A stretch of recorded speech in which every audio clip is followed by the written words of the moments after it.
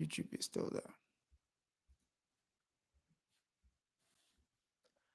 Yes, welcome, welcome. Welcome to another episode of Women and Resistance. And this week we are looking at how can I even describe her? The powerful person of Marie-Jeanne Lamartinière, a Haiti hero.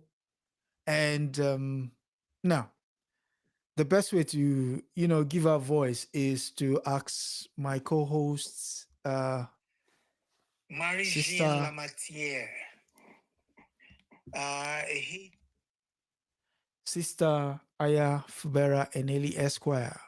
What do you make of this? Another of this of our heroes. Well, first, I would say that on YouTube, it looks like we're talking about Septima Clark, but we are not. So you might want to check that really quickly. And then Okay. I will get into our sister.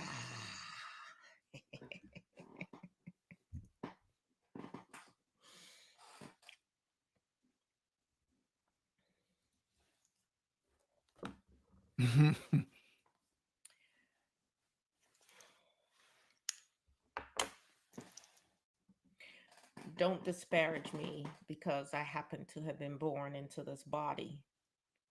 There is nothing that I would not do to fight for my own liberation. There are many stories about who I am and how I was born, not many historical documents, but we can assume, and we know to some degree, that my father was a French white man and my mother was an African woman, one of the many hundreds of thousands of Black people who were taken from our lands in Africa and brought to raise sugarcane and to produce wealth for the white man. I have been told that I came from a long line of female warriors. In fact, part of my story says that I inherited an army consisting of women from my mother and my auntie, who both died in battle. They were from the all female army known as the Minos of the Dahomey Kingdom. Many of us came from different parts of Africa to the shores of these Americas in the area known as Haiti. It is said that General Lamartiere was actually from Congo, but it doesn't matter where we came from Hmm. in terms of this story. We knew we were enslaved in one form or fashion. Now, to tell the whole story, I would have to talk about the mulattoes. A key I part. refused to be called mulatto, preferring the term mixed blood. But there were many like me who thought themselves superior to the Black Africans because we had white blood flowing in our veins. And they did a lot of work trying to convince us we were not as good as white people, but we were better Better. than Yeah. the pure Africans. And there were lots of conflicts between the so called mulattoes and the Black Africans. In fact, one such conflict, which was called the War of Knives, had us slaughtering each other. Mm. And for what? Because some of us had been indoctrinated into the Doctrinated. Catholic faith, not understanding that the way white people who were in numerical minority kept control over us all was to divide and conquer. And so they recruited the mulattoes into their own armies. Warriors like Lalark, who was a mulatto, and even my husband, for whom I bear the last name Lamartiere. He once fought on the part of the white The French. Frenchman. Hmm. I may have white blood flowing in me, but I was always clear that I was an African woman, yes, of mixed blood, but I fought for my people. And I fought to convince those who consider themselves mulattoes. I fought to convince them that our struggle was one and we had to come together as one. So you you acted as a rallying spirit, even till today. The history books, those that bear to mention you, register notes that you were a sea of change in Haiti, considered then one of the poorest nations now, but one rich in history. And you're part of that history. Could you tell us what was the motivating factor for deciding to fight for your freedom? Simple. I wanted to be free. Hmm. I saw the atrocities on these slave plantations. I saw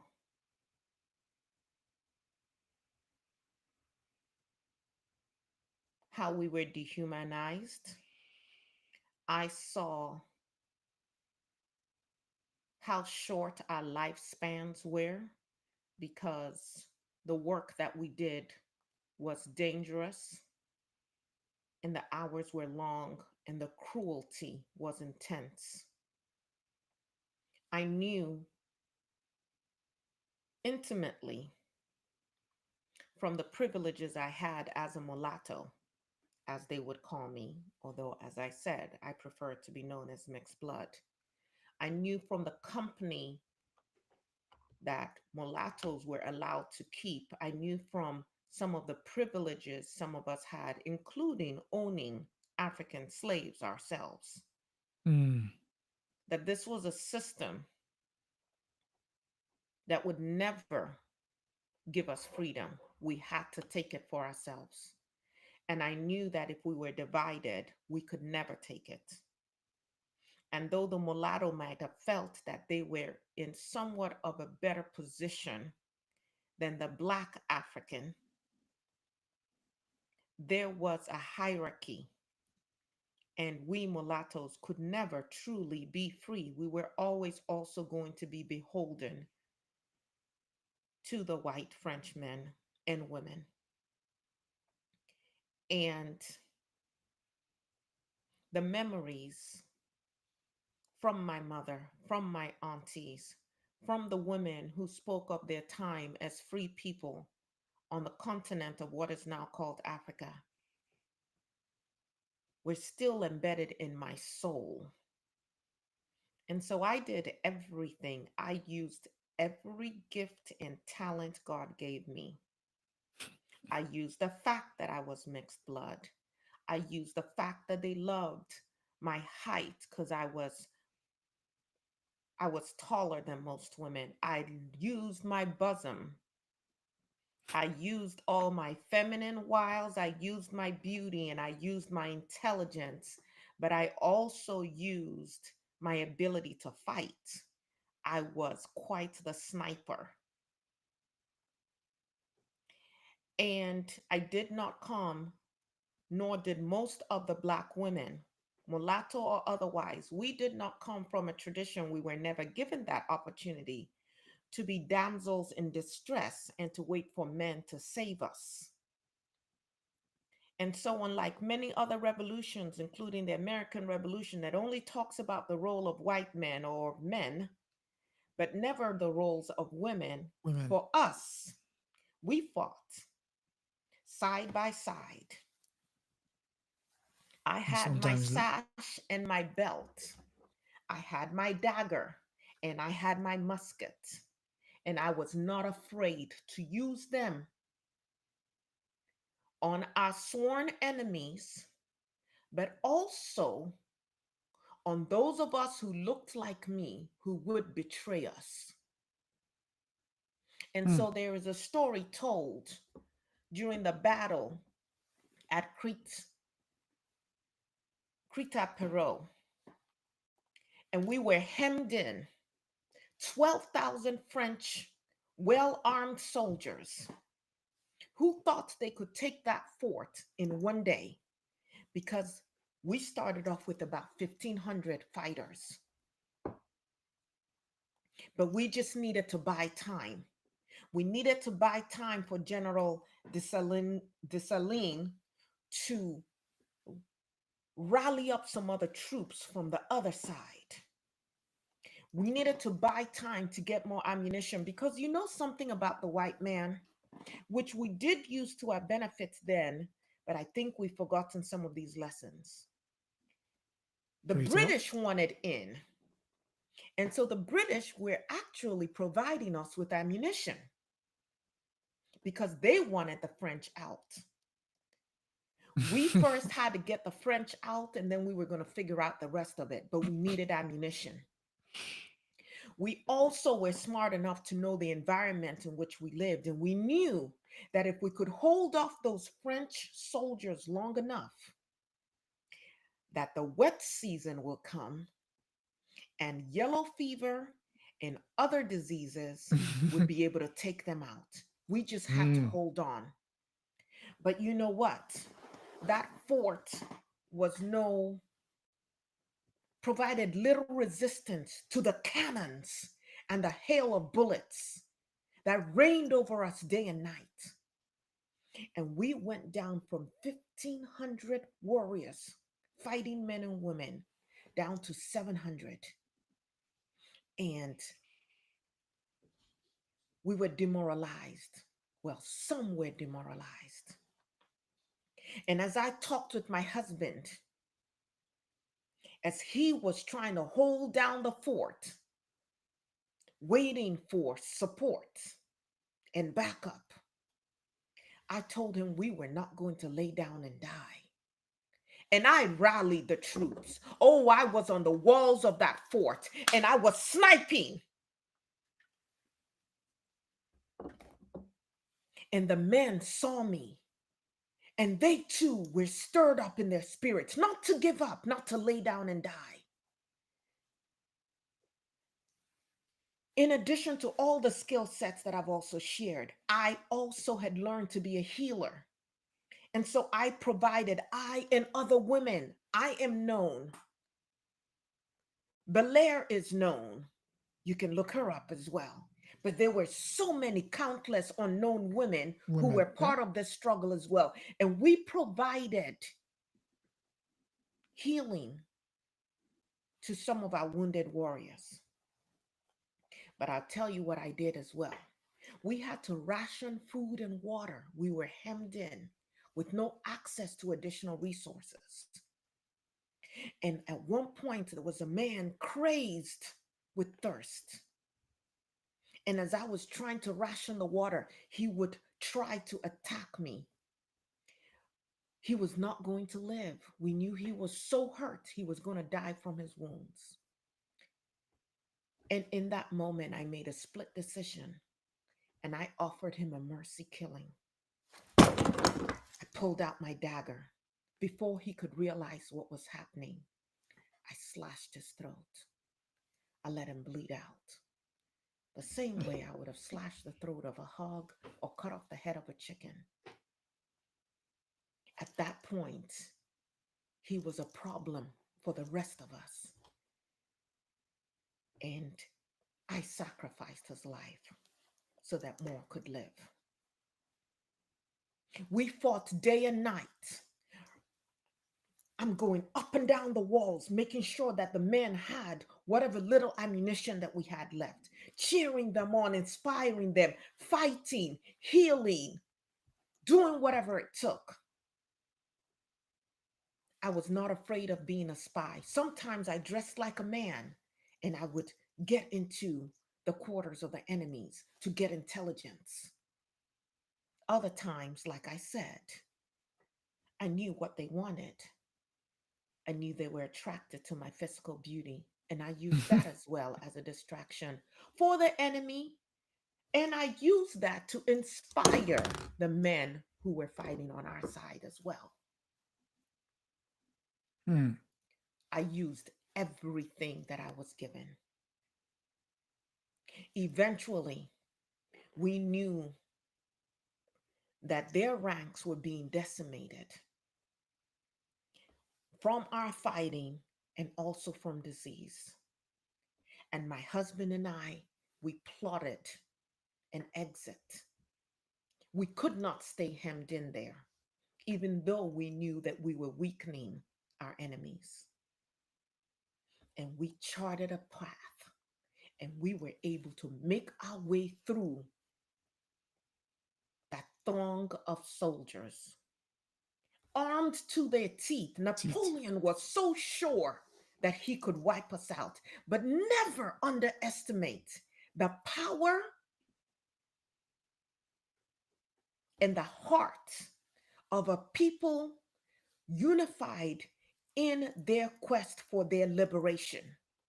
We Hmm. were willing to lay it all down, but we were not going to lay down without a fight.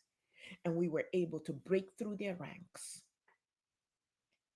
And about, history says 350 to 500 of our people survived, and we got through. And with our troops coming in on one end and the British troops coming in on the other end, and a weary, beat down, decimated French army in the middle, they knew they had to surrender. And if they came our way, we were going to massacre every single one of them. We were not taking any prisoners. They had to Hmm. die. And so they chose to surrender to the British. And we claimed our independence. Unfortunately, our struggle wasn't quite done. This notion of divide and conquer, this idea of keeping us fighting amongst ourselves, ultimately led to my husband being ambushed and killed by some of our own. Hmm. I fought on in other ways. Some say at one point I was a paramour for Dessalines. Jean-Jacques um, Dessalines. I did later marry again. My husband did have property, Lamartiere, and I eventually retired back to where he had property as a young widow. And some say that is where I lived out the rest of my life. But I'll tell you what never died, Is even the question. if most historians failed to acknowledge the role of women, even as they wrote about the heroics of the men, what never died in the hearts of our people were the stories of the women, women such as me, and there were others as well. Hmm. And so today, in some parts of Haiti, when a woman is fearless and afraid of nothing, you will hear this. Tankuyon Marie-Jeanne. She is like a Marie-Jeanne. Or if she's a woman of courage, the expression may go Yon Fan Vayan. And so, like the woman who came before me, I carried on our tradition of knowing that we are not the lesser sex, we are not an inferior gender, we are not incapable of fighting for our own freedom, that we have the ability to put our minds to whatever we so choose and to build the communities and the societies in which we want to live.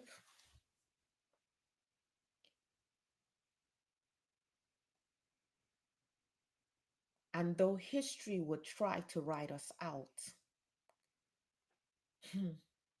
like another one of our daughters on the other shore in the Americas, the United States of America, Maya Angelou would say, and still I rise.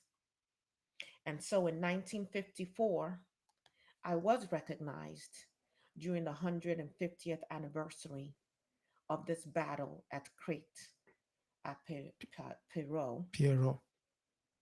And there was actually a stamp that was created that featured me and my husband, he in military regalia, and I guess, more as a vixen and not as a warrior in that sense. And that is okay. Because again, my story is that we will fight in every fashion and form. And yes, sometimes I fought wearing so called military regalia, and other times I fought in a mamuk, and other times I fought in whatever ways that I could. In 2004, another one of my sisters was recognized, and she was named a national heroine. And maybe one day we will talk about her too, Belair. I was not given that recognition, but that is unimportant because it's not about titles. It's not about whether white men or even black men choose to acknowledge who we are as African women. It is about us knowing ourselves and choosing to live up to our full potential in every sense of the word. And so, to my daughters and my granddaughters and my great granddaughters and my great great granddaughters, all the ones who are not born yet,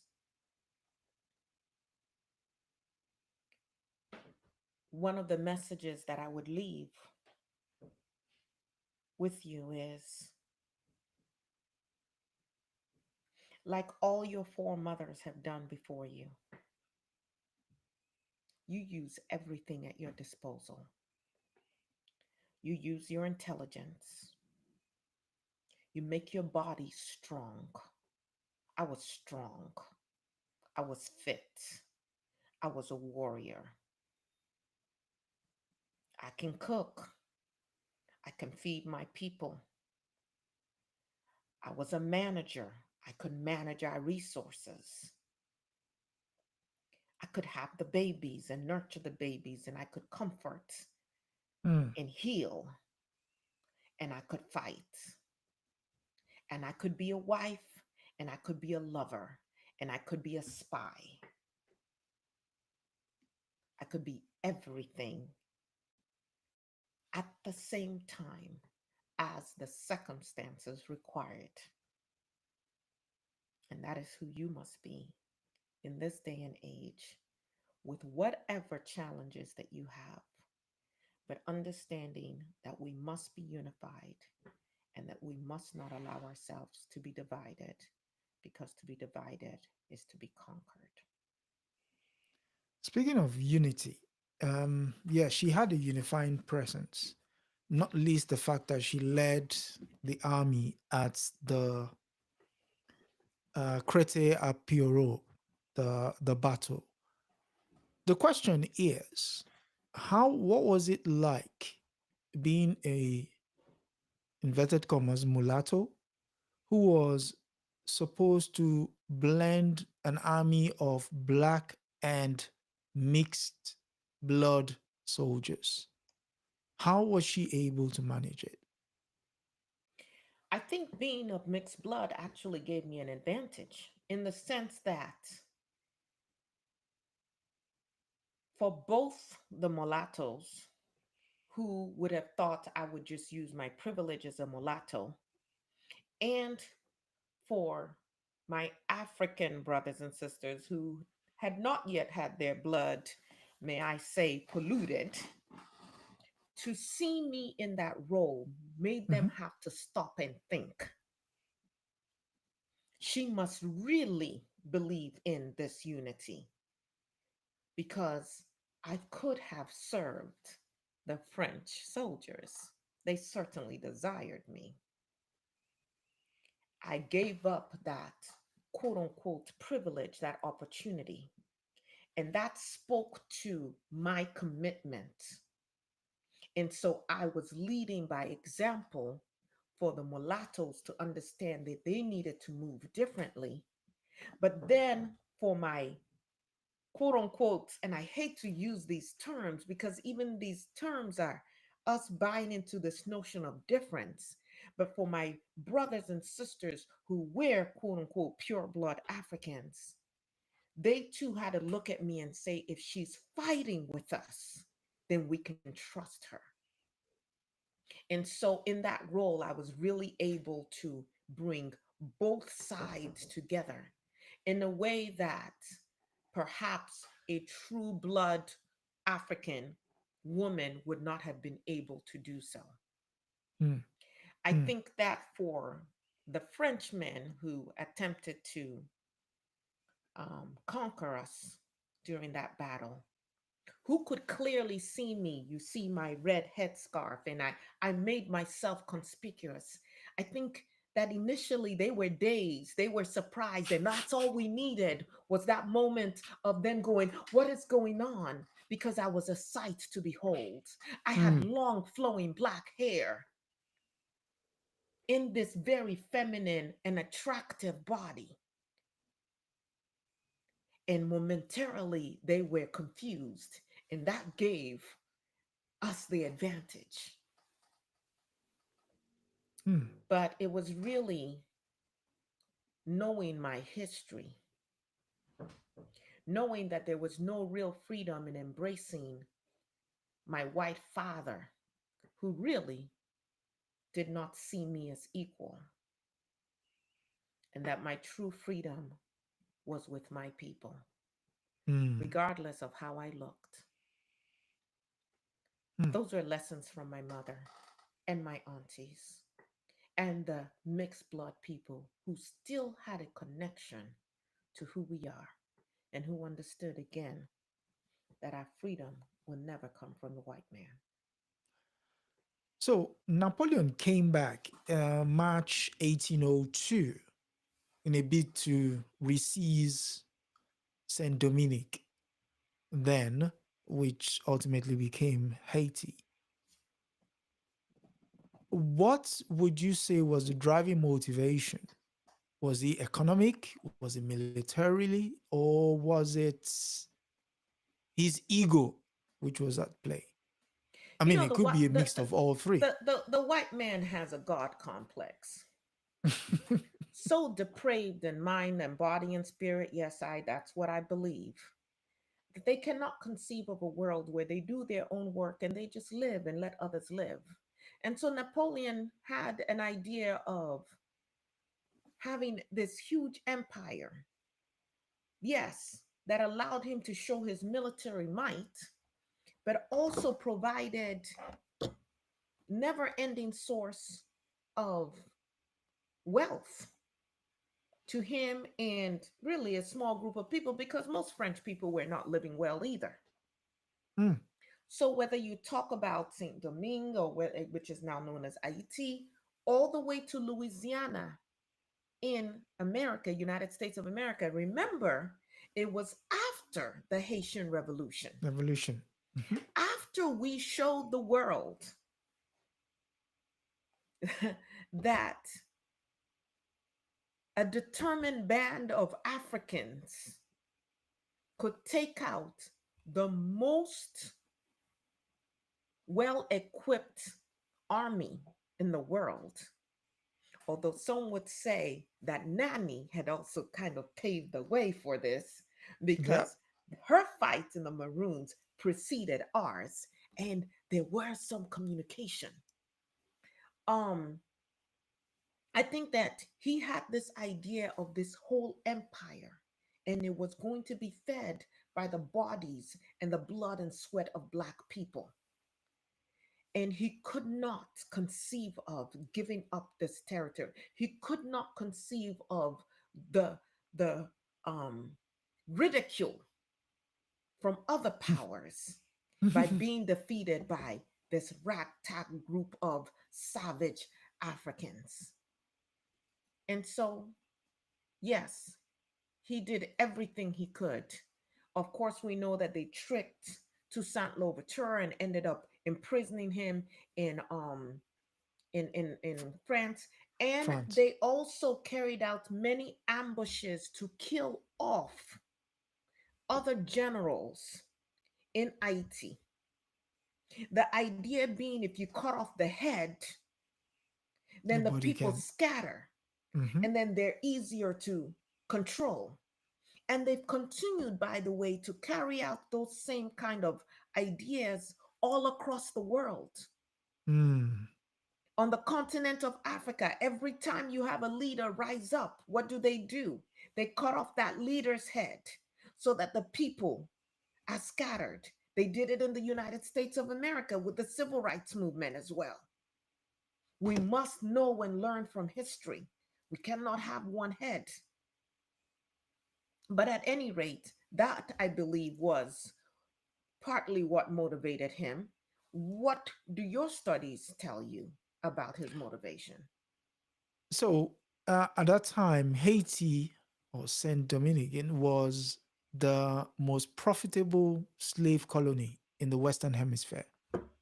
It made riches that made the eyes water. And you made mention of the fact that the British provided weapons in order for you to defeat the French.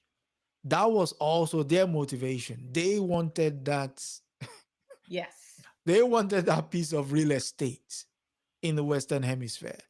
So, shall I dare say that that plot continues to play out even up till today?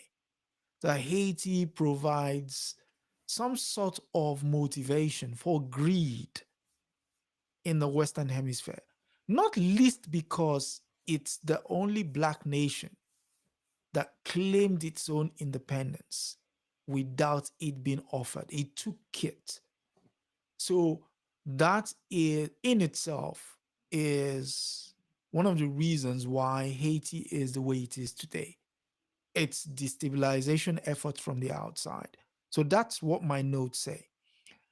Speaking of, you made mention earlier that Can I add something to that? gone. Because the reason that I will come to share my story and to speak is not because I necessarily need adulation, but again, it's the lessons that must be learned.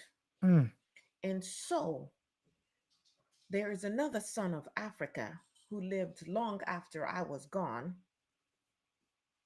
who has been known to say that Africa has no friends. I think you all know him as a man called John Henry John Clark. Henry Clark. Yes. Every time they offer us some kind of assistance, there's always an ulterior motive. We must be clear about this. Mm, We must know that we have to do for ourselves. They come in always with an ulterior motive. So the guns, the muskets that we had, we got from them as well, so that we could get rid of one group, but then be beholden to another to group. the other group. Yep. And so when you look at the continent of Africa today, and you see how Black people, we're not now talking about mixed blood versus pure blood. We're talking about brothers and sisters who are indistinguishable if you see them side by side, Yeah. fighting and decimating each other, just like the mulattoes and the Africans decimated themselves in the War of Knives. When you see us fighting and killing ourselves on the continent, this one side armed by Russia, this side armed by France, this side armed by the Americans, this side, you have to understand Mm. that the goal is still to dominate us. And after you've killed your brother and your sister and your mother, Mm. even if you stand, you are in a weakened position because now they come after you and you no longer have your brother and your sister and your mother and your father to fight side by side with you. So we must be very smart. Even if you use their weapons to defeat one group, we must be looking for how we create our own weapons and we stay together so we can defeat all the groups, but never to acquiesce to think that any of them mean us good. That has to be a lesson that we learn. It reminds me of the story of Jaja of Opobo. See, I'm so glad you brought that up because, again, as we study this, to know ourselves is to also know our enemies and how their playbook has actually been the same. The same. So here you just brought up King Jaja Wapobo. What did he do? And by the way, let me just show you this. If you can see this book, and I'll reference all the books later. She's wearing the regalia, really, of the British, sorry, the French. The French, yeah. King Jaja of Opobo also has pictures where he was wearing the regalia of the British. And he had a sword that had been given to him by the Queen of England that he With was so proud of. And he got that sword because when the British went to war with the Ashanti in and could Ghana. not defeat the Ashanti in Ghana, now the area now called Ghana, Ghana. Mhm. they recruited African leaders to provide African troops to join the British Army to fight the Ashanti. Now, once they defeated the Ashanti, they gave out little trinkets to these African leaders and told them, "You, we are together. We will protect you." Protect you from whom? From themselves. And so they come back when King Jaja decided to assert his sovereignty. And they said, "Oh, no, no, no, no, no. We control you and Mm. everything." And when he refused to bow down, they pointed cannons and massive guns from their boats at the island of Opobo. And they said, "You better come onto this boat and meet with us, or we will blast your entire people to smithereens." And it wasn't an idle threat because they had done it before. Yes. And so he gets on a boat with them and they deport him from his own land, even as the orangutan, felon in chief in the United States of America, is deporting Mexicans from land that was their land. They deport him and they take him where? They take him to Ghana, the land of the Ashanti, to have a court where he really has no voice. And since they had conquered the Ashanti with his help, who was there then to stand up for him? Mm. Nobody. And they tried and convicted him and banished him not just from Opobo, but from the entire continent of Africa, and furthermore determined that neither he nor any of his bloodline could again rule the kingdom of Opobo. And they were successful for a time anyway, because we Africans had banded with them to weaken one another, and now we could not fight them. When will we learn this history? When will we learn the playbook and adjust accordingly? Mm. So, in the United States of America, I hear you all are catching the proverbial hell as Black people because some of you could not get over the so The- called mulatto called Kamala Harris. mm. You Parallels of questioned, history. you questioned her authenticity as a Black person. You disparaged her for being born in the body she was born in with a vagina as opposed to a penis. Or where she was born. And you decided to throw in your lot with whom you should have known was a sworn enemy. Some of you decided to sit it out altogether. And now everybody is catching the hell. When will we learn? Now, what was your question? Parallels of history. We have to understand. I mean, I'm going to ask my question.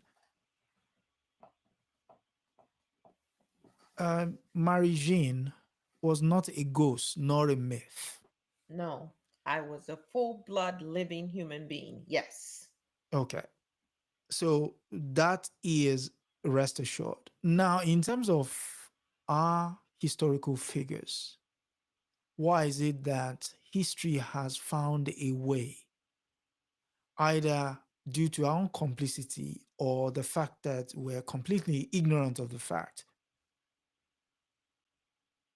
of putting their stories before us so that we can learn?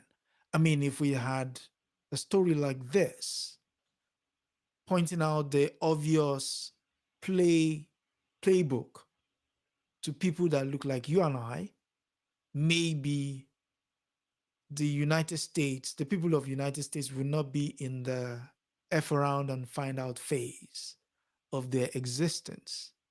I mean, it's no, it's nothing to be joyful about. It's sad that all of a sudden, people that should be fighting for their own interest are actually voting against those interests that matters to them. So the question then is, what can we do to move from that point of so-called self-imposed ignorance?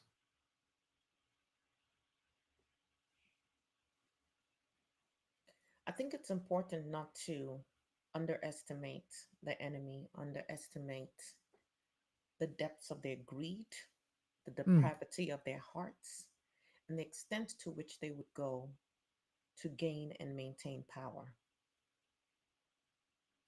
Our ignorance, though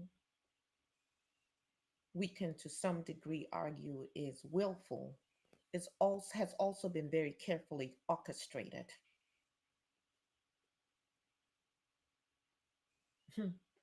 Remember the African proverb that until the lion starts the the history of the hunt will always be told glorify from the the hunter. perspective of the Yep. hunter. Even the books that are now being written about me and about so many other women of African descent are not even being written by us. But Hmm. we have definitely been languishing in obscurity for so long. If you can keep people ignorant of who they are, as another one of my sons, Carter G. Woodson, said, once you can control their mind, then you control everything else about them. And the biggest battle is really the battle of the mind. Hmm. What do we do? What must we do? We must go back to where we educated ourselves. I believe it was another one of my sons, Malcolm X, who admonished us for Mm. being the only people who take our children and deliver them to our enemies to educate them. What do you think will happen? And so, in these Americas, we were taught to disparage our history and to disparage our heritage and to disparage our spiritual ways of knowing and to embrace Catholicism, to embrace being Protestants, to be embrace everything else but who we were. Because then your allegiance is to everything else but who you are. And then you're easier to control. Mm. So, all over Africa today in Christian homes, you will see the image of you want to Oh, call me a myth? What is the proof that Jesus walked this earth in the way that he's written about? mm. But a picture that someone drew of him, whom I understand was they used their cousin or someone from a jail and came up with this image, and now Black people put that image across their homes and cannot rise up against the white man because they really see the white man as God.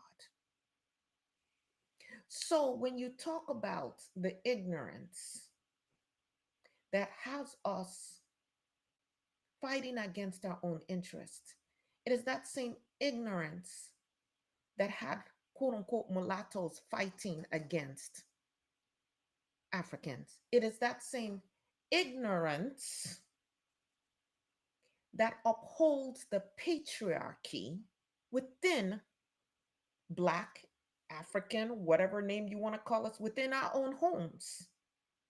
And so, if we are under siege, if your home is under siege, and half the occupants of that home decide to tie up half the occupants in that home, I see where you're going. are you not setting yourself up to be more easily conquered? Yeah. We must re educate ourselves. It starts with what you're doing.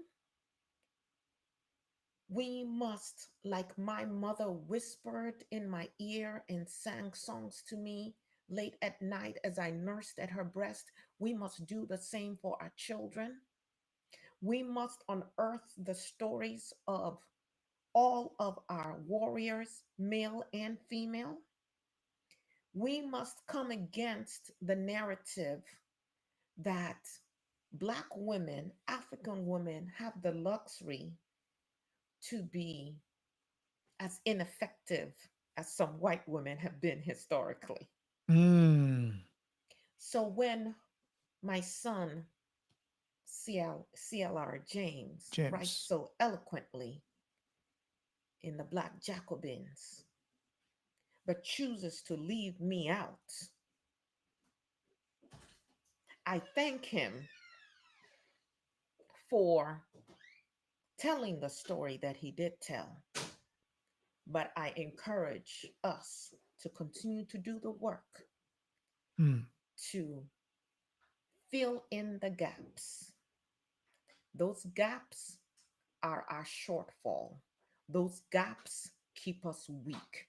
Those gaps keep us from being able to truly gain our liberation across the globe. Mm. So, as we begin to wrap up,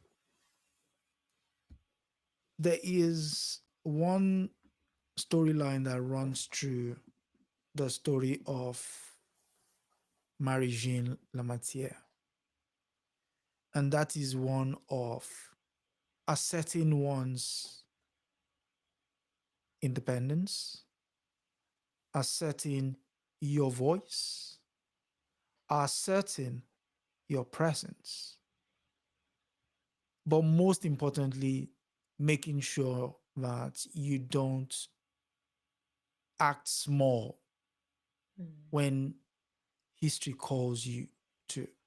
Because if we're to take um, strength from what she did in the fort. It's important that us as a body, be it men, women, children, today looking back at history, not just at her, but a series of women around the world, some of which we will be talking about later. What would you say they should take as an abiding lesson from your life?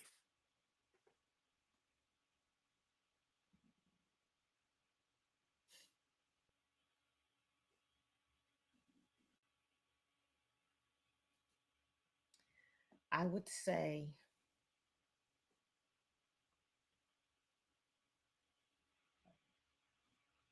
freedom will never be given, it must be taken. Hmm. What you cannot defend, you do not really own.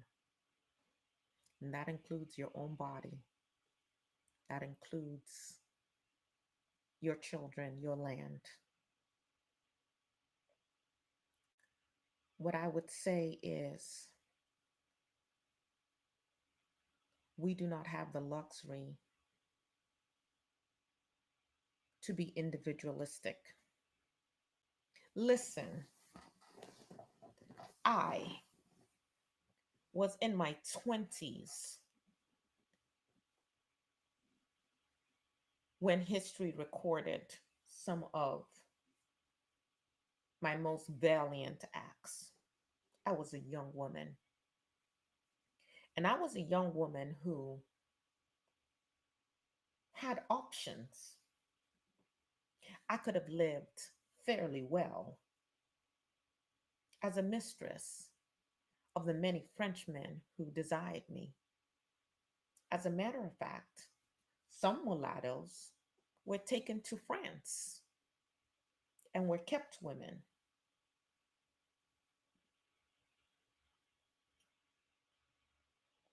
I could have continued to fight with my husband for the French, Hmm. with the idea of riches that would come when we had quelled the cry for freedom in the hearts of my darker skinned brothers and sisters.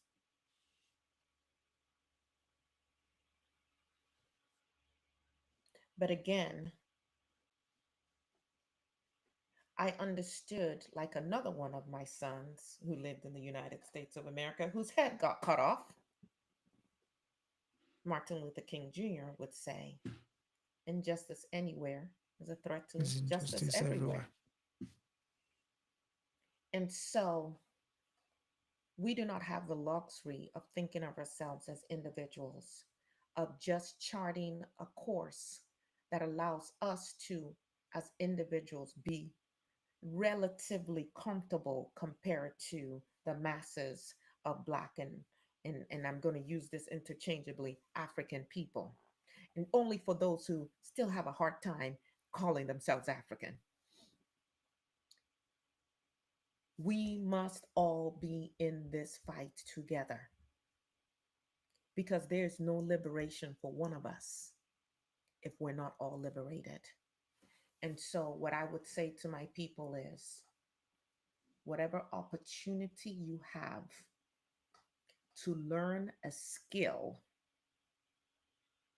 take it, learn it, get excellent at it, and put everything in you to work for your liberation. And I would also say this: don't ever underestimate yourself. Don't ever underestimate your power to bring about a difference. Because I know that I was a change maker, if you will, on the walls of that fort, encouraging our men and our women not to despair. Yes, 12,000 of the best army in the world at the time coming after a handful of us. so many lying dead and dying, we don't ever give up. And if we don't ever give up, we win. Mm. Don't ever give up. Mm. Learn everything you can. Put everything you can towards your liberation and don't ever give up. IT might be where it is today, but that heartbeat for freedom, it's not dead. And whether it takes 10 years, 100 years, 1,000 years, we will be free. And let me tell you who is convinced of this, even when we're not. Our enemies are. That is why they are unrelenting in their assaults on us. If they thought we were truly a vanquished people, they would just go about their lives. But they, better than us, understand our strength. They know our history. Some of them, the ones at the top, they know our history. They know the character of who we are better than we do. And they have to keep us ignorant of ourselves. But the fact that they keep coming at us is because they know they are in trouble should we ever come together. Mm. So I do want to, for those who want to learn a little bit more about me, there's some books coming out, but there's so much more that needs to be written and shared. This is one called The Sheroes of the Haitian Revolution. Revolution. I would like to say that this one was put together by some of my children. There's one of them here. Here are a couple more. I need to see Mm. more of us researching and writing. And here's another one, The Valiant Women, the Haitian Revolution. So any men who are editing and republishing some of the older books about Haitian Revolution need to go back and rewrite and add in chapters on what we women did. And here's one by Philip Thomas Tucker. This is actually volume two because the first one focuses on my sister Belair, the Haitian Revolutionary Woman series, and this one is on me, Marie-Jeanne, inspirational freedom fighter and heroine of the Haitian Revolution. Now, he does take a lot of liberties in here and he stretches out stories Yep. because he couldn't find as much, I guess. But you don't have Yes. to make up anything about me. My life and what I accomplished speak for itself. I do want to point out something that he did share in this book, though. And this is about understanding your lineage. And so, in this area now called Haiti, there were an indigenous people who lived there before the Africans were brought there. Tainos. They were known as the Taino. And there was a woman who was called Anakaona, and she was a healer. She was a priestess, and she was a queen, and she protected her people to the best of her ability, and she passed on some of their spiritual ways and their ways of healing with the plants in their environment. And that was passed on to some of the African women who came. And that was passed on to me from my mother and my aunties. And we used all of that knowledge and we drew inspiration from her as well, we women, as we fought. So, both men and women, study everybody, but also study the Mm. women because we have a lot to share. And also, it's important to also put this into context. When the French Revolution happened, it was the common man on the streets deciding the royal classes, the high echelon, the elite of society had to be gotten rid of. When the American Revolution happened, it was them kicking out the British. When the Haitian Revolution happened, they did two things. One was equality and Yes. also the abolishment of Of slavery. slavery. Yes. So, in itself, that is a very unique aspect of the Haitian Revolution that needs to be studied because you had various people fighting together for the commonality of humanity. Just think about that. Which is why We're they're still talking so threatened exactly. by us. So, Yes. this is why this sister story is very, very important.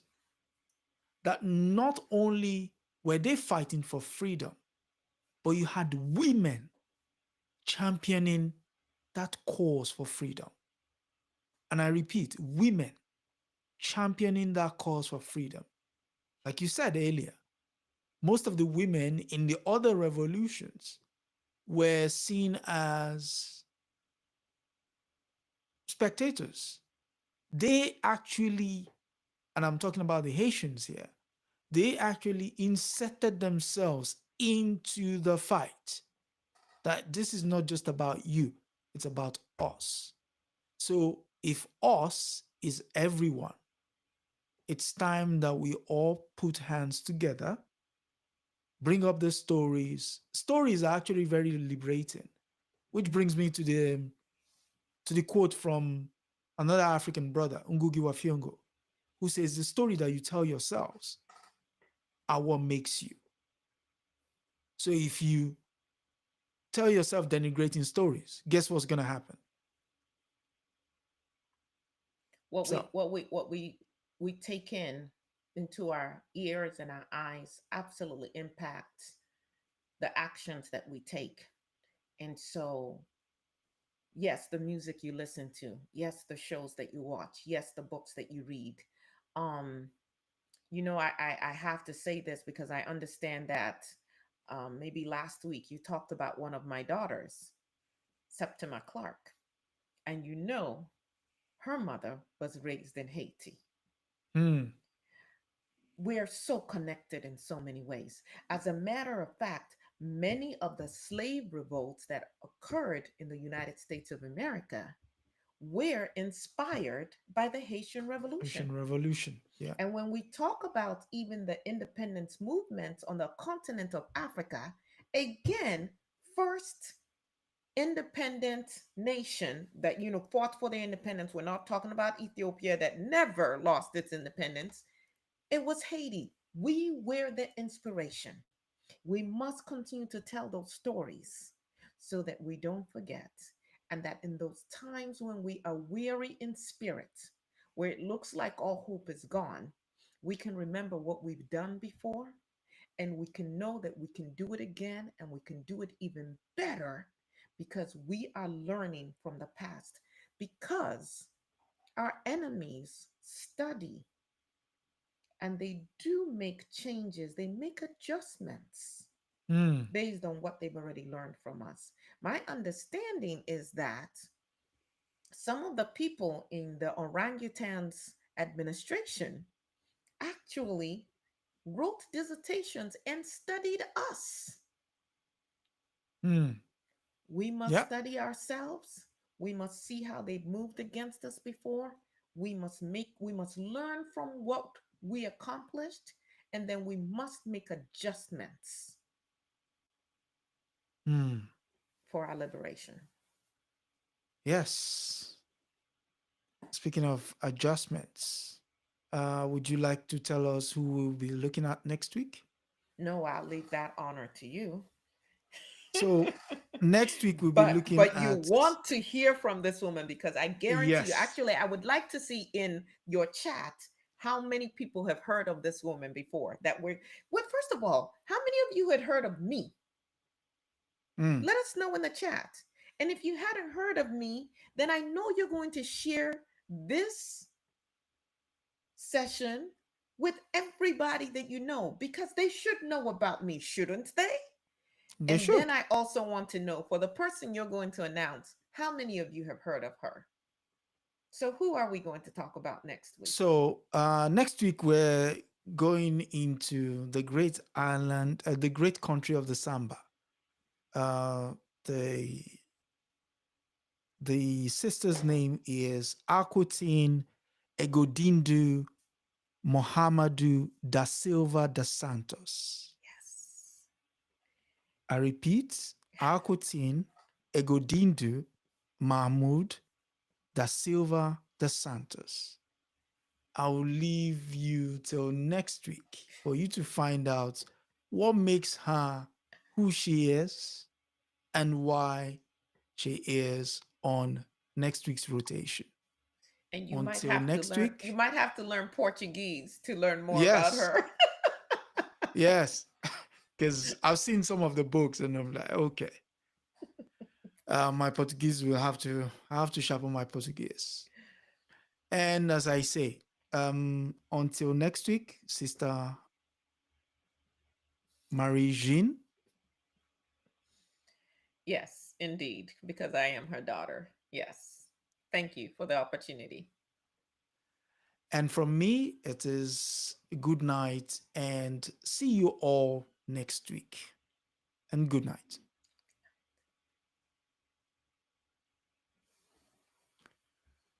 Yes. Wow.